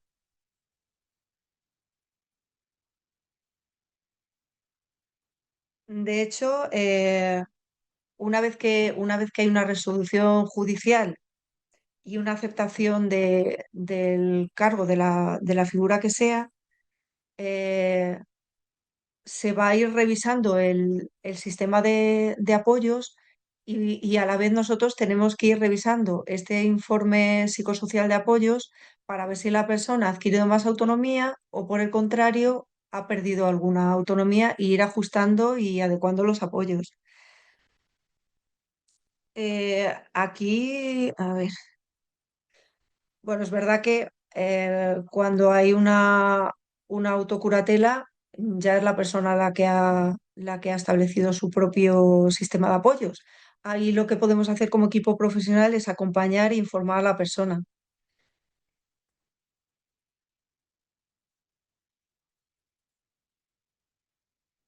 El rol del equipo, el rol del equipo profesional.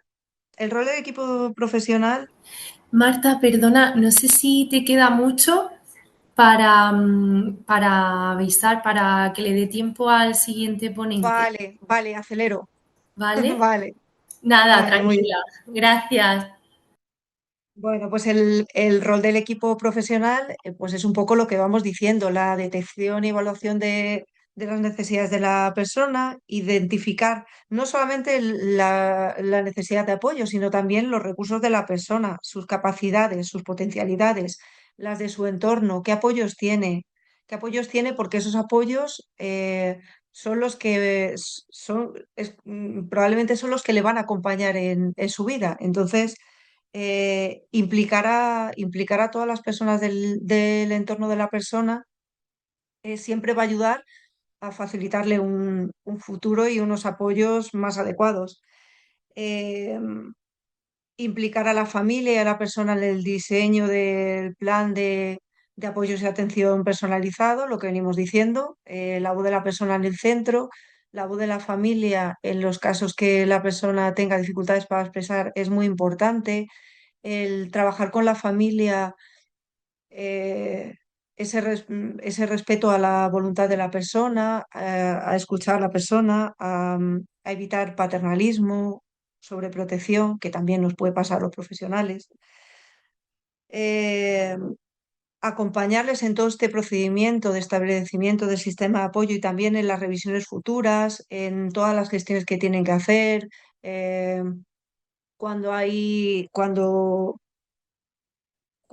que hacer una presentación de cuentas, de una revisión de los bienes de la persona, todas las gestiones que tienen que ir haciendo las familias, pues apoyarles en eso. Y también importante la relación con los juzgados. Eh, los juzgados nos van a demandar información que nosotros tenemos que dar de una forma correcta y adecuada.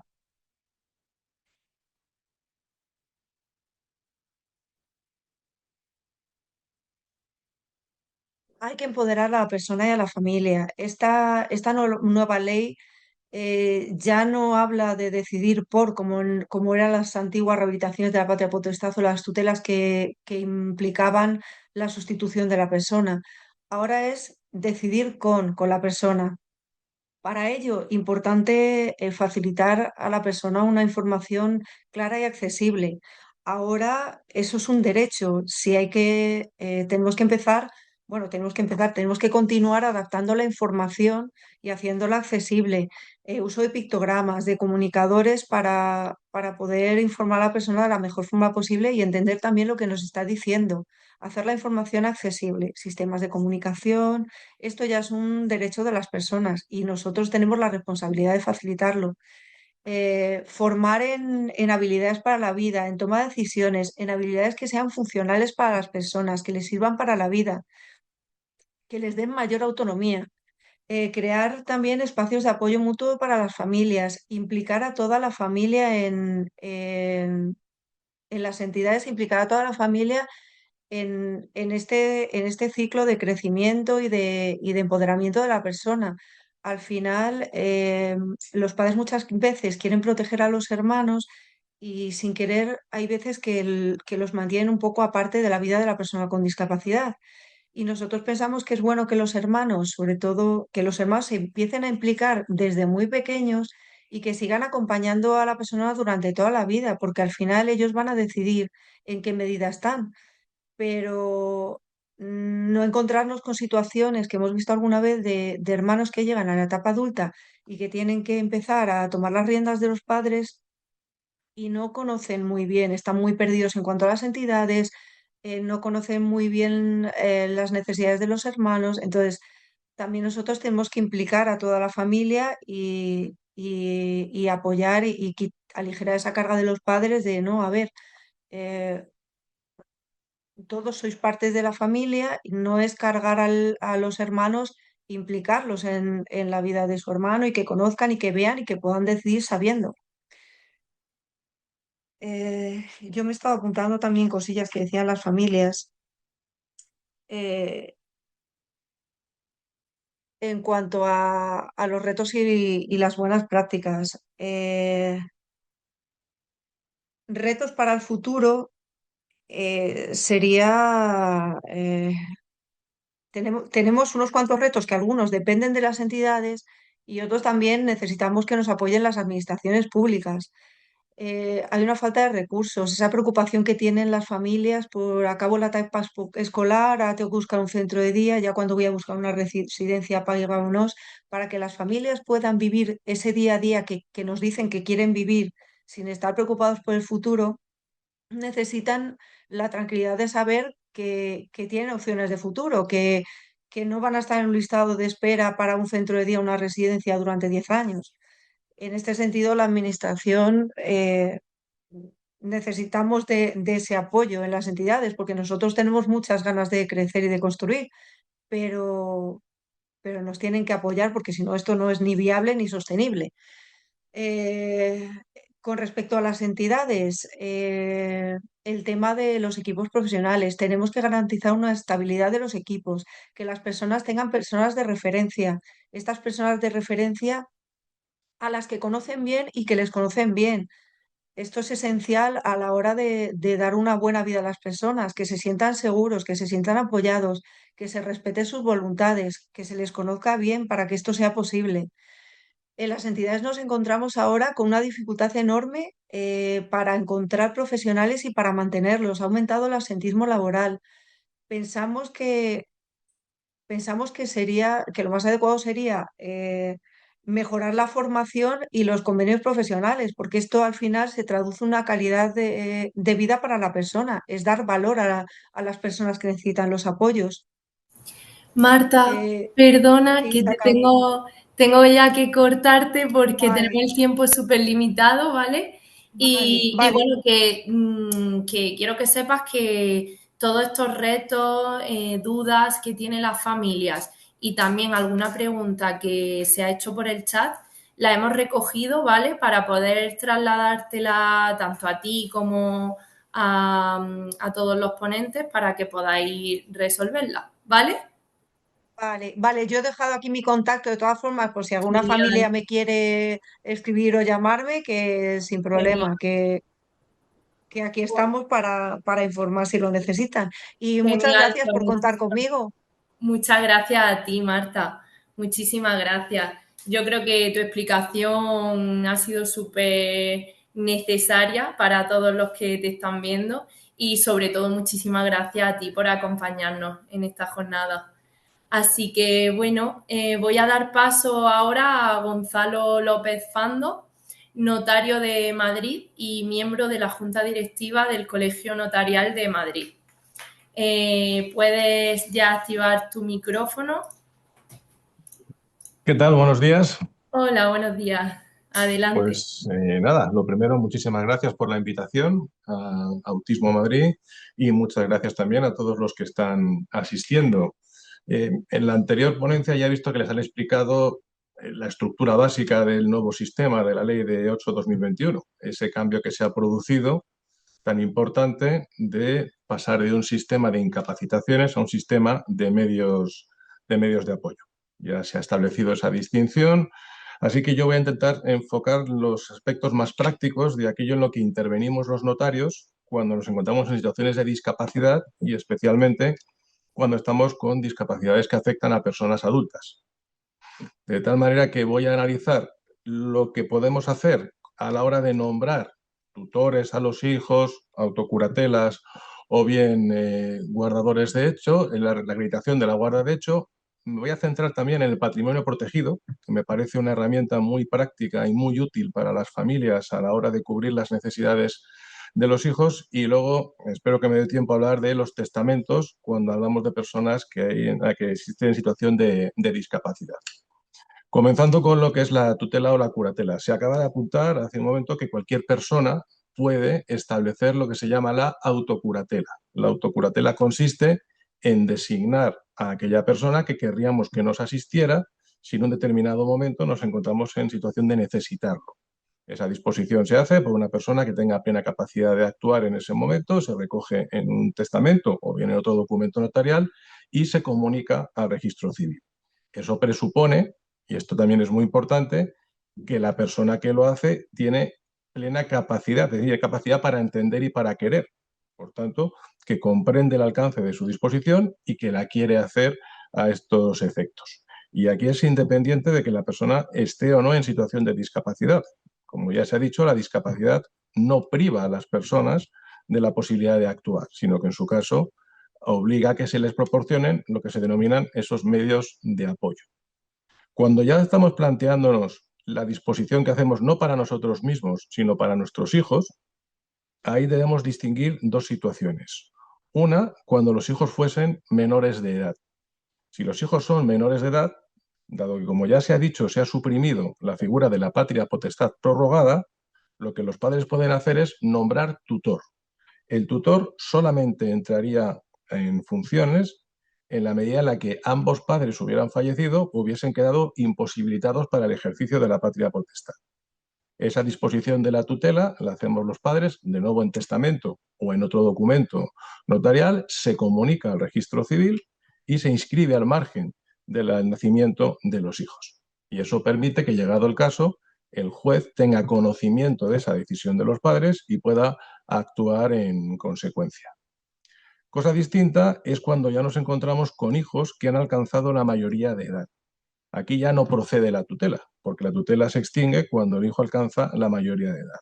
Y como tampoco procede la figura de la patria potestad prorrogada, lo único que podríamos establecer como medio de apoyo por parte de los padres sería el nombramiento de curador para nuestros hijos. ¿Quién querríamos que, en ausencia nuestra, asumiera esas funciones de protección, de guarda o de protección de la persona? Y aquí el problema es que el Código Civil no ha establecido en su nueva regulación una disposición en la que expresamente diga que los padres podemos hacer ese nombramiento. Pero sí existe una mención indirecta. Hay un artículo, que es el artículo 276, que cuando dice quiénes son las personas que son preferentes para el ejercicio de esa curatela, habla de las personas a las que los progenitores hubieran dispuesto en testamento o en otro documento público. Con lo cual nos está dando a entender que efectivamente los padres podemos nombrar un curador para nuestros hijos mayores de edad. Estas disposiciones que hacemos los notarios tenemos la obligación de comunicarlos al registro civil. Pero sí es verdad que la ley de registro civil no contempla expresamente la posibilidad de inscribir estas disposiciones, con lo cual se queda a veces una especie de terreno de nadie en el que no es fácil saber si esa disposición podrá ser o no conocida por el juez si fuera necesario el nombramiento. Una cuestión que muy habitualmente nos plantean los padres, sobre todo en el caso de los chicos menores de edad, a la hora de nombrar tutor, es si se puede, y sería extensible a la figura del curador representativo, es si se puede nombrar a varios curadores o varios tutores para que actúen de manera conjunta. Muchas veces se pretende designar a uno por parte del padre, otro por parte de madre, de tal manera que ambas ramas familiares quedasen cubiertas y quedasen atendidas. Bueno, legalmente es perfectamente posible. Yo no sé si en la práctica estos ejercicios de tutela mancomunada por parte de personas que ni siquiera tienen por qué convivir juntos o están en situaciones, son prácticas a la hora de su ejecución. Los nombrados, esas personas a las que los padres designamos, no tienen que comparecer al acto de nombramiento, ni al testamento, ni al documento público. No obstante, es muy conveniente que los identifiquemos adecuadamente y especialmente con su número de carnet de identidad. Esto es lo que atañe especialmente a la posibilidad de nombrar esos tutores o esos curadores en funciones asistenciales o representativas. Se ha dicho, y también se ha apuntado hace un momento, que ha desaparecido la figura de la patria potestad prorrogada. Y eso ha propiciado una situación en la que, en casos de discapacidad de personas menores de edad, cuando alcanzan la mayoría, se encuentran en una situación de una cierta indefinición, de una cierta indeterminación. ¿Por qué? El mayor de edad es capaz para todos los actos de la vida civil. Lo que ocurre es que no siempre una persona mayor de edad, cuando está en situación de discapacidad, puede llegar a formar su voluntad o puede llegar a exteriorizarla. Por tanto, en la medida en la que se produce esa situación de mayoría de edad sin que existan otros medios de apoyo establecidos judicialmente o por la propia persona, entra en juego lo que se ha venido a llamar la figura de la guarda de hecho. También se ha apuntado con anterioridad. La guarda de hecho es la situación en la que se encuentra una persona que viene ejerciendo adecuadamente la protección y cuidado de la persona. Y la ley la reconoce directamente. Lo que ocurre es que cuando un guardador de hecho plantea hacer algún tipo de actuación, especialmente cuando nos viene a la notaría, se nos plantean dos problemas básicos, que son, por un lado, acreditar que efectivamente es ese guardador de hecho, y segundo, ver qué es lo que puede hacer o qué es lo que no puede hacer ese guardador de hecho conforme a las funciones que la ley le reconoce. El problema de la prueba quizás es el más complejo a la hora de establecer su acreditación, porque la guarda de hecho, en cuanto que es una medida informal de apoyo, carece de cualquier documento en el que se reconoce. Y esto es muy importante, se reconoce. La guarda de hecho no se constituye ni por parte del juez ni por parte del notario, porque guardador de hecho es la persona que de hecho y de manera voluntaria viene asumiendo esas funciones y viene ejerciendo las mismas. Es decir, la guarda de hecho se legitima por su ejercicio, no por el nombramiento, porque nadie le nombra como tal. Es verdad que en ocasiones se ha producido un reconocimiento judicial de la figura de la guarda de hecho y se ha producido, y yo los he visto en el despacho, en los procesos de revisión de medidas. Respecto de personas sobre las cuales hubiera patria potestad prorrogada o sentencias de incapacitación previas a la entrada en vigor de la ley del año 2021, se estableció un proceso por el cual debían ir revisándose esas medidas y adecuándose a la nueva regulación. Está ocurriendo que al tiempo de revisar las medidas, si el juez constata que la persona ya está adecuadamente protegida a través de esta figura del guardador de hecho, no se pasa a nombrar un curador, ni en funciones asistenciales o operativas, sino que se reconoce la figura de la guarda de hecho. Claro, el problema que nos plantea y enlaza con lo siguiente es con lo que puede hacer el guardador de hecho. Cuando no tenemos este tipo de resoluciones, a veces es conveniente poder acreditar que cierta persona es guardador de hecho de otra. Y en ese caso, en notaría, tramitamos un documento que se llama el acta de notoriedad. El acta de notoriedad es un tipo específico de actas que permiten, previa a la práctica de una serie de pruebas, declarar que un cierto hecho es lo que se llama un hecho público, cierto y notorio. Es decir, que es conocido y que es asumido por las partes. Por tanto, cuando una persona viene habitualmente desempeñando esa guarda de hecho, a través de la figura del acta de notoriedad, acreditamos su existencia.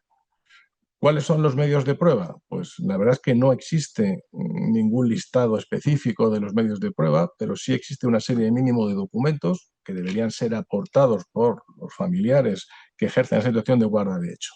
En primer lugar, debe justificarse la situación de discapacidad de la persona. Deberá aportarse una resolución administrativa o, en su caso, el informe médico que justifique esa situación de discapacidad. En segundo lugar, deberá acreditarse el parentesco a través del certificado de nacimiento. Y el certificado de nacimiento es muy importante porque también nos permitirá conocer si existen o no otras medidas de apoyo que hayan podido ser establecidas tanto por la propia persona como, en su caso, por los padres. También es necesario que comparezca la persona en situación de discapacidad, salvo que su propia condición física lo impida. Y finalmente es necesario aportar testigos. Pueden ser testigos todas aquellas personas que de modo cotidiano estén en contacto con la persona en situación de discapacidad y puedan efectivamente manifestar que determinada persona es quien asume habitualmente la guarda de hecho de esa persona. Si practicadas todas esas pruebas se llega a la convicción por parte del notario de que efectivamente es un guardador de hecho, se cierra ese acta de notoriedad y se acredita que esa persona lo es en ese momento. Y de nuevo vuelvo a la idea de que el notario no va a nombrar al guardador de hecho. El guardador de hecho existe y se legitima por su ejercicio. El acta notarial lo que va a probar es que ese guardador de hecho lo era en un cierto momento. Si continúa en el ejercicio del cargo será un medio de prueba adicional y si dejara de hacerlo, pues dejaría de cumplir con las funciones propias de la guarda de hecho. En cuanto a lo que puede hacer el guardador de hecho, ya se dijo en la anterior ponencia, realmente son actos muy limitados, muy limitados los que se pueden hacer. Son actos que llamamos de naturaleza no representativa y que son básicamente de gestión cotidiana del patrimonio o de la persona en situación de discapacidad. La ley le prevé expresamente que el guardador de hecho pueda pedir prestaciones económicas, algún tipo de ayuda o subvenciones. También dice siempre que no supongan un cambio significativo en su forma de vida, lo que también introduce ahí una cierta indefinición. ¿Qué ocurre cuando el guardador de hecho tiene que hacer lo que llamamos una actuación representativa? Una acción representativa es actuar en nombre de esa persona en situación de discapacidad para un acto de trascendencia jurídica, desde una compraventa hasta una herencia o cualquier otro tipo de documento de esa naturaleza. Bien, pues en ese caso lo que está previsto es que se inicie un proceso de jurisdicción voluntaria, en el que el juez, escuchando en su caso a la persona con discapacidad y la solicitud, aprobará o no el acto en cuestión, pudiendo aprobar uno o varios actos. En la práctica, el guardador de hecho que comparezca en notaría habitualmente deberá venir acompañando de la pertinente autorización judicial. Los actos que genéricamente lo requieren, ¿cuáles son? Actos de trascendencia personal, actos de enajenación o gravamen de bienes muebles o inmuebles, disposición a título gratuito. Bueno, es difícil preverlo, pero también se podría plantear una donación, renuncia a derechos, aceptación de la herencia sin beneficio de inventario.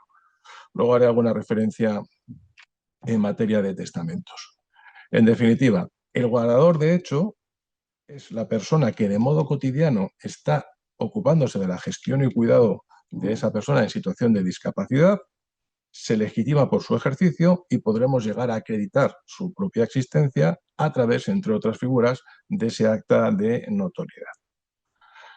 Con eso voy a pasar a la figura del patrimonio protegido, que es quizás lo más relevante a efectos económicos y a efectos de gestión de la persona con discapacidad. Este patrimonio protegido es una figura de una utilidad práctica tremenda y lo que busca es proteger económicamente a personas en situación de discapacidad. ¿Cómo? Atribuyéndole un cierto patrimonio que pueda garantizar el cuidado y atención de la persona y que se destine a cubrir todas sus necesidades. Cuando los padres nos planteamos respecto de un hijo en situación de discapacidad, que generalmente va a tener pocos ingresos o ninguno, ¿de qué manera le podemos dotar de un patrimonio para que cuando nosotros no estemos disponga de medios o de recursos económicos suficientes para su subsistencia? Claro, nos planteamos diferentes formas. A veces se nos plantea la figura de la donación. Hacemos una donación a favor de ese hijo y le transferimos gratuitamente ciertos bienes o derechos. Más allá de la cuestión fiscal, porque las donaciones generan los tributos correspondientes y a veces pueden ser importantes, la cuestión fundamental es que ese bien pasa a formar parte del patrimonio general de la persona con situación de discapacidad.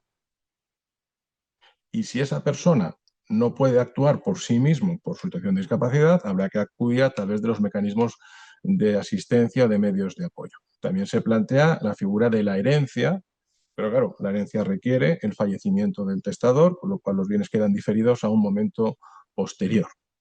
Así que el mecanismo del patrimonio protegido es una solución mucho más flexible porque nos permite, en el acto de constitución de ese patrimonio, también establecer los mecanismos de gestión, control y disposición de esos bienes.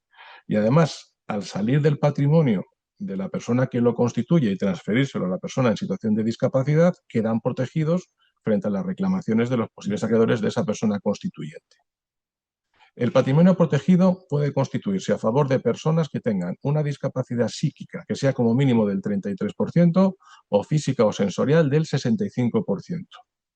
No es precisa ninguna resolución judicial, basta con un certificado oficial o la entidad administrativa correspondiente que lo justifique. El patrimonio protegido lo puede constituir la propia persona si tiene capacidad de obra suficiente para poder actuar. También lo pueden efectuar los padres, tutores, curadores o guardadores de hecho y con un carácter general cualquier persona con interés legítimo. Como regla general, ese patrimonio se va a constituir mediante escritura notarial. En algunas ocasiones se prevé la posibilidad de constituirlo a través de una resolución judicial, que se produce cuando hay una negativa de los representantes de esa persona en situación de discapacidad a constituir el patrimonio protegido. Pero lo habitual, lo normal será que se constituya una escritura. A esa escritura hay que dotarla de un contenido mínimo esencial, que son, por un lado, los bienes o derechos que se van a aportar. Tienen que ser detallados con precisión suficiente. ¿Cuáles son las normas de gestión y de administración de ese patrimonio? Las normas de disposición de ello e incluso los actos que permitan qué va a ocurrir con ese patrimonio cuando la persona de su beneficiario fallezca. Esa escritura tiene que ser comunicada al Ministerio Fiscal, como también serán objeto de comunicación todas las aportaciones posteriores. Entonces, ¿cuál es la principal ventaja que nos encontramos con la figura del patrimonio protegido? Básicamente es una ventaja tributaria, a efectos fiscales.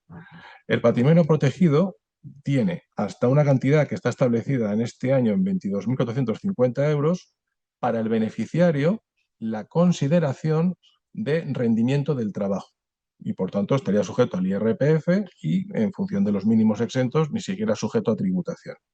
Y por otro lado, para el aportante se constituye como un gasto deducible, lo que permite que los padres puedan aportar cantidades de dinero para cubrir esas necesidades de los hijos en situación de discapacidad y deducirse ese importe en su declaración del IRPF.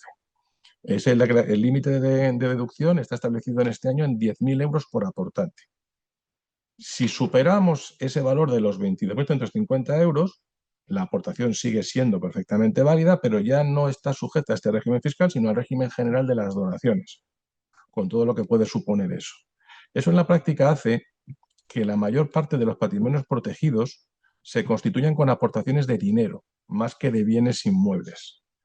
Porque la modificación que se produjo en la ley inicial de la regulación de patrimonio protegido establece que los actos de disposición de dinero que se destinen a cubrir las necesidades vitales de la persona en situación de discapacidad no requieren ningún tipo de autorización, sino que son actos de gestión ordinaria.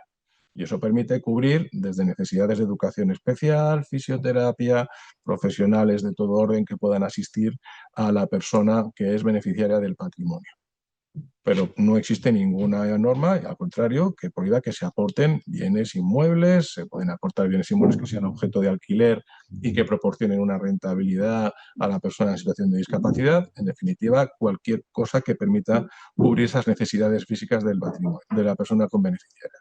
Por tanto, el administrador del patrimonio protegido tiene que gestionar esos bienes y derechos, tiene que disponer para cubrir los gastos ordinarios, deberá rendir cuentas anualmente y cuando se lo pida el Ministerio Fiscal, y luego lo que hace es presentar anualmente un modelo, que es el modelo 182, en el que se hace referencia a los gastos que se han venido produciendo y las inversiones que se han realizado.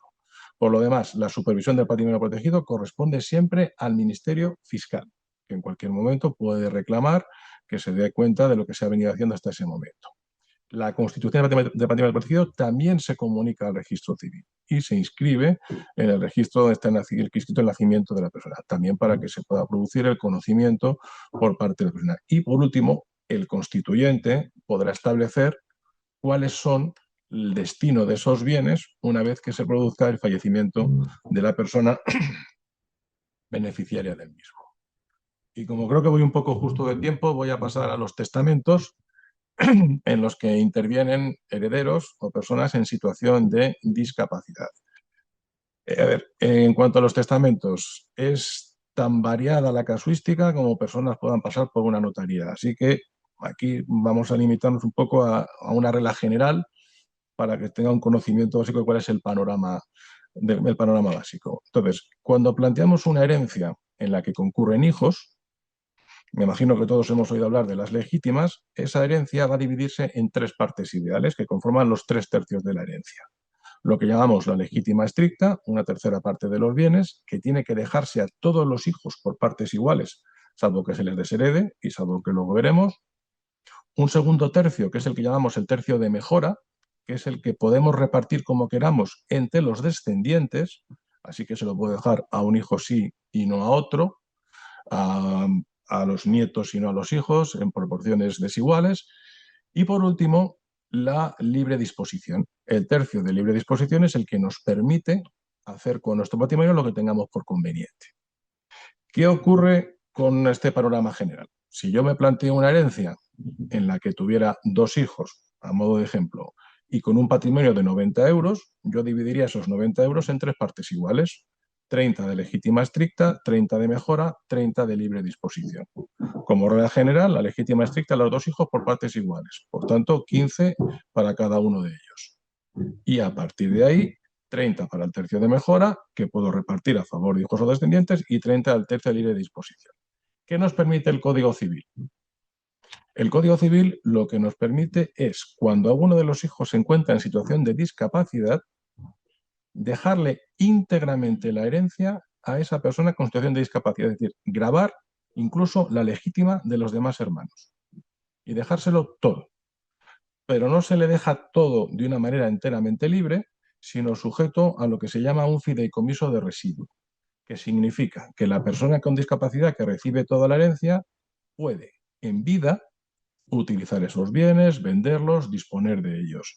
Pero lo que quede al tiempo de producirse su fallecimiento pasaría a favor de sus hermanos o, en su caso, a favor de los sobrinos si alguno de ellos hubiera fallecido.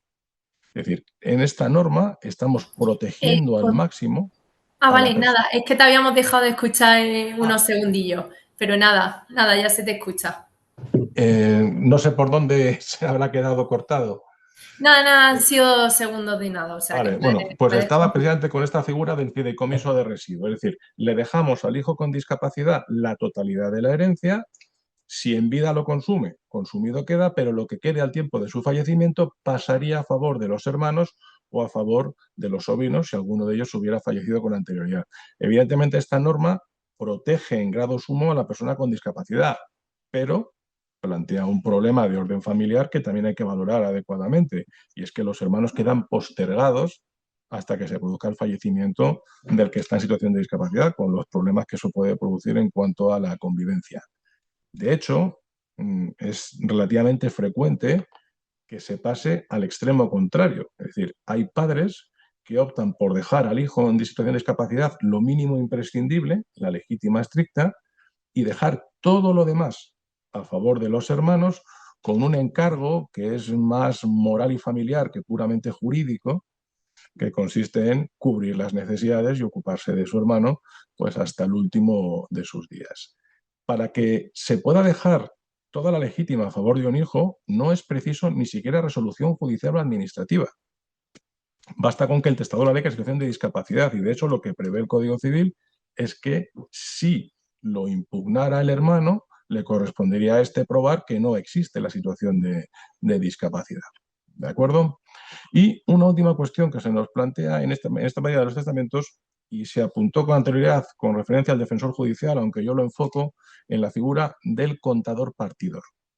A la hora de ejecutar una herencia, cuando ha fallecido uno de los padres, si alguno de los herederos se encuentra en situación de discapacidad y no puede prestar su consentimiento por sí, sino que tiene que estar asistido o sustituido, si fuera el caso, por otra persona, se puede producir el conflicto de intereses entre los herederos. Y eso lo podemos solventar si en el testamento hemos tenido la previsión de nombrar un albacea contador partidor. A mí esta me parece una de las previsiones más importantes a tener en cuenta en un testamento en situación de discapacidad. ¿Por qué? Porque ese albacea contador partidor, sin necesidad de nombrar defensor judicial, es el que va a poder ejecutar la herencia en todos sus términos y adjudicar los bienes tal y como estén dispuestos en el testamento, sin necesidad de que firmen los herederos. Lo va a hacer directamente ese albacea contador partidor. Y esto es muy importante porque en la práctica nos evita todos los plazos que suponen pedir autorización judicial, nombramiento de defensor judicial y la realización de la herencia. Albacea contador partidor podrá serlo cualquiera que no sea uno de los herederos, porque no se podrá ser juez y parte en esa misma relación, y es conveniente atribuirle las más amplias facultades para que tenga manos libres para poder hacer lo que considere oportuno. Y una última cuestión, porque me parece que estoy fuera de tiempo, y es el testamento que otorgue la propia persona en situación de discapacidad. Hasta el año 2021, cuando se dictaba una sentencia de incapacitación, lo habitual era privar a la persona incapacitada de la posibilidad de hacer testamento. Y si no decía nada la sentencia, se preveía que con un dictamen de 2 facultativos se podía autorizar ese testamento si el notario lo prevía. La nueva ley ha pasado al sistema contrario. La persona en situación de discapacidad, como regla general, podrá otorgar su testamento siempre y cuando pueda conformar su voluntad y pueda manifestarla y autorizarla ante el notario, que podrá incluso asistirle en ese proceso de toma de conocimiento y de razonamiento de su voluntad. Así que, esperando haber sido lo bastante claro. Yo creo que sí, Gonzalo. Muchísimas gracias por tu intervención. Seguro que ha sido esclarecedora para muchas familias.